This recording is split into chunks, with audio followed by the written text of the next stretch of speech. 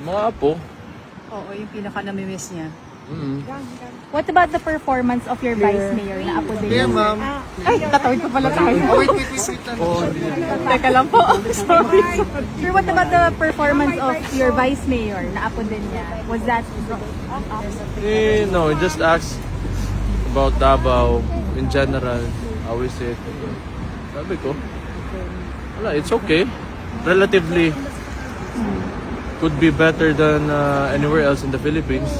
So, yun. Sir, what about the Marcos administration, yung feud with your family? Was that also brought up? No, kasi wala eh. Wala na kaming pinag-usapang ganun.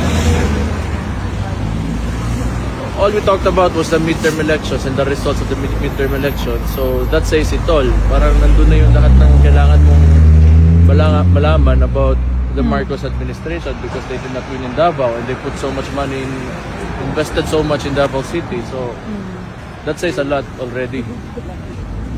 He's not yet looking at the 2028. Wala kaming pinag-usapan na ganun ngayon. Maybe tomorrow, maybe some other day. But Today, wala, I'm just happy to see him again. And what was your impression? Pumayag ba? Of course, lahat naman siguro pag ikaw nilagay sa detention unit, you get depressed, you know, you don't want to eat the food because wala kang gana. Hindi pa rin siya I think that's naka-adjust. natural for everyone, huh? Hindi pa rin siya naka-adjust sa food here. It's not the food, it's the situation that it's in. Sir, what about birthday plans? His 81st birthday malapit na. March Napag-usapan? 28. No? Kayo po, wala po kayong pinaplano for him? Perhaps the whole family gathering here for the 81st? Wala. Supporters. We don't even celebrate our own birthdays. Because of what happened. No. Not No, anymore. because it's just in the family. It's just a practice. Yeah. Ganun lang, sir. Hindi siya parang nakagisnan. Hindi ko alam eh. Parang ano eh. But I really don't know. You just don't see the need for it. Ako,